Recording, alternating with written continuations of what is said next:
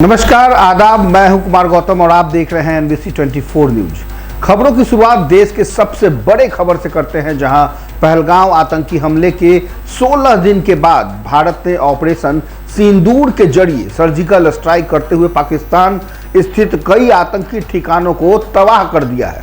भारत की ओर से पाकिस्तान की सीमा में आतंकवादियों के 9 ठिकानों पर स्ट्राइक करके तबाह कर दिया गया है।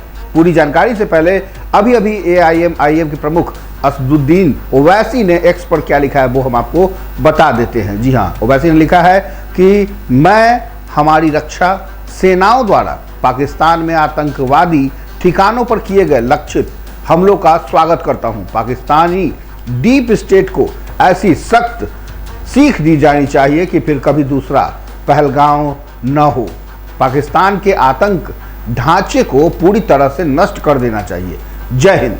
जी हाँ, अच्छी बात है कि जब मुल्क खतरे में हो या मुल्क पर खतरा हो तो ऐसे वक्त राजनीति करने के बजाय एकजुटता दिखानी चाहिए और पक्ष विपक्ष एकजुट है। आइए अब हम बात कर रहे थे पहलगाम में हुए आतंकी हमले की साजिश की। जी हाँ, कहाँ रची गई थी साजिश? इसमें जैश मोहम्मद के वो मुख्यालय भी शामिल हैं जहाँ पर 2019 में पुलवामा आतंकी हमले की साजिश रची गई थी। पाकिस्तान के पंजाब के बहावलपुर में मरकज सुभान अल्लाह जैश मोहम्मद का ऑपरेशन मुख्यालय था। इसी मरकज में करीब 6 साल पहले 14 फरवरी 2019 को पुलवामा हमले की साजिश रची गई। सिर्फ पुलवामा ही नहीं बल्कि कई अन्य आतंकवादी साजिश भी इसी मरकज से रची गई थी। पुलवामा हमले के आतंकियों को इसी कैंप में प्रशिक्षित भी किया गया था। आइए अब हम आपको बताते हैं कि इस जगह को क्यों चुना गया। जी हाँ, लगभग 15 एकड़ क्षेत्र में फैला था मरकज का ये इलाका और भारत ने बड़ी ही सूझबूझ से मरकज सुभान अल्लाह बहावलपुर के बाहरी इलाकों में NH5 यानी कि कराची तोरखम हाईवे पर कराची मोड़ स्थित था और यह लगभग 15 एकड़ क्षेत्र में फैला हुआ था। जैश मोहम्मद का मुख्यालय था। यहाँ पर युवाओं को आतंकी प्रशिक्षण दी जाती थी।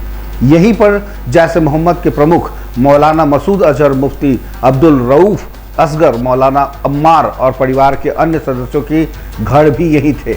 यह मरकज जैश मोहम्मद के ऑपरेशन हेड क्वार्टर के रूप में काम करता था। हालांकि पहलगाम हमले के बाद पाकिस्तान ने भारत की संभावित कार्रवाई को देखते हुए मौलाना मसूद अजहर को यहाँ से निकालकर इस्लामाबाद या रावलपिंडी में किसी अज्ञात स्थान पर रखा गया।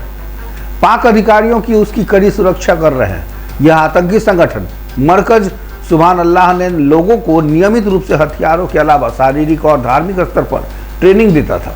जैश से जुड़े प्रमुख आतंकी मुफ्ती अब्दुल रऊफ असगर जैश मोहम्मद के वास्तविक प्रमुख और मौलाना मसूद अजहर के अन्य भाई और उनके बहनोई यूसुफ अजहर उर्फ उस्ताद गौरी जैश मोहम्मद के सशस्त्र विंग के प्रमुख भी इसी परिसर में रहते थे।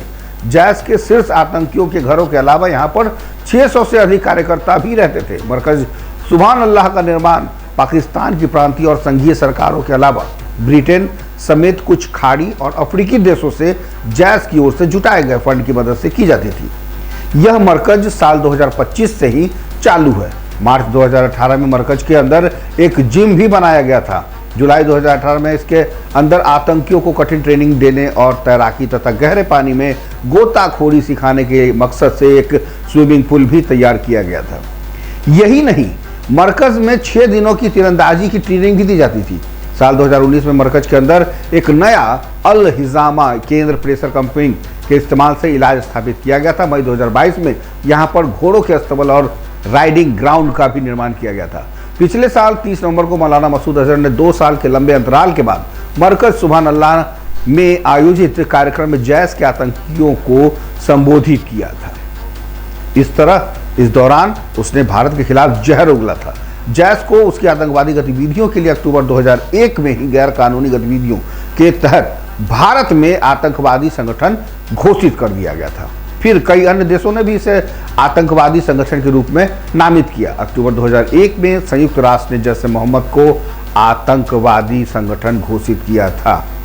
संगठन के प्रमुख मौलाना मसूद अजहर को भी मई 2019 में UNSC आर यानी कि 1267 के तहत आतंकवादी घोषित किया गया था। दिसंबर 2001 में भारतीय संसद पर आतंकवादी हमले के बाद अंतर्राष्ट्रीय स्तर पर गहरे दबाव की वजह से जनवरी 2002 में पाकिस्तान ने इस संगठन पर प्रतिबंध लगा दिया था। सर्जिकल स्ट्राइक से पहले जैश ए मोहम्मद ने बहावलपुर स्थित अपने हेडक्वार्टर मरकज सुभान अल्लाह से आतंकवादी गतिविधियों को लगातार अंजाम देता रहा था।